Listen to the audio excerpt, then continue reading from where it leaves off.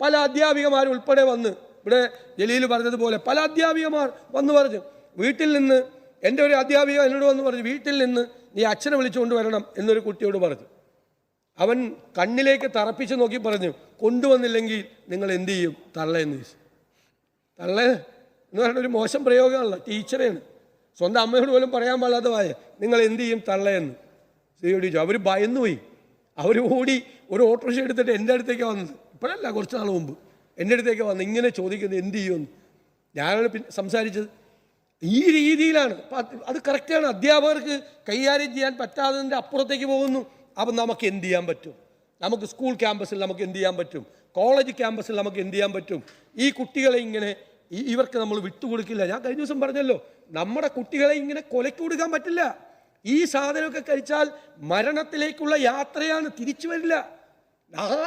ഏത് വീട്ടിലെ കുഞ്ഞായാലും എന്താ നമ്മുടെ കുഞ്ഞുങ്ങളെ പോലെയല്ലേ, നമ്മുടെ കുഞ്ഞുങ്ങളെ പോലെയല്ലേ.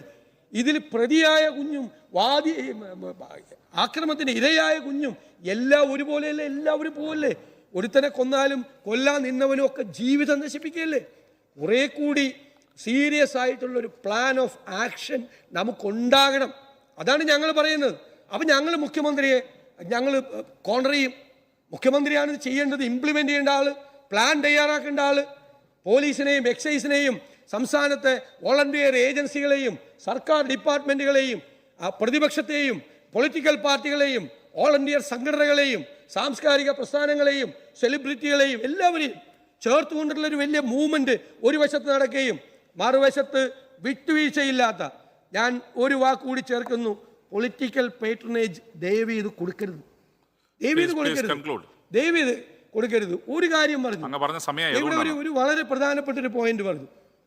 ഞാൻ അന്ന് ഏറ്റവും ശക്തമായി കഴിഞ്ഞ 4 വർഷത്തിനിടയിൽ മുഖ്യമന്ത്രിയെ ഞാൻ ശക്തിയായി എതിർത്തത് ഈ നവകേരള സദസ്സ് നടക്കുമ്പോൾ ആളുകളുടെ തല അടിച്ചു പൊട്ടിച്ചപ്പോൾ ഈ പോലീസ് കേസെടുത്തു, വധശ്രമത്തിന്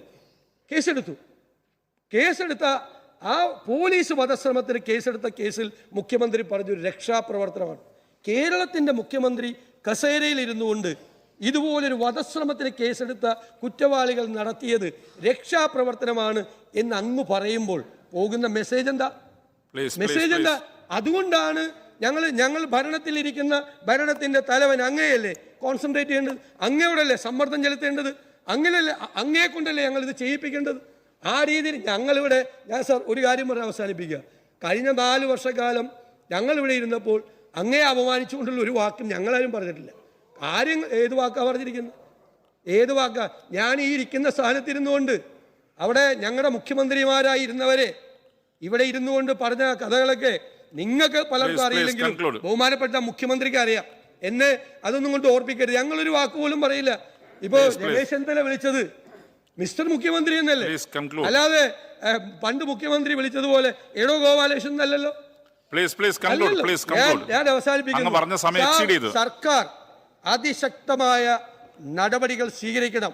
നടപടികൾ സ്വീകരിക്കുന്നില്ല എന്നാണ് ഞങ്ങളുടെ നിലപാട്. സ്വീകരിച്ചാൽ അതിന് ഞങ്ങൾ പൂർണ്ണമായ പിന്തുണ നൽകും.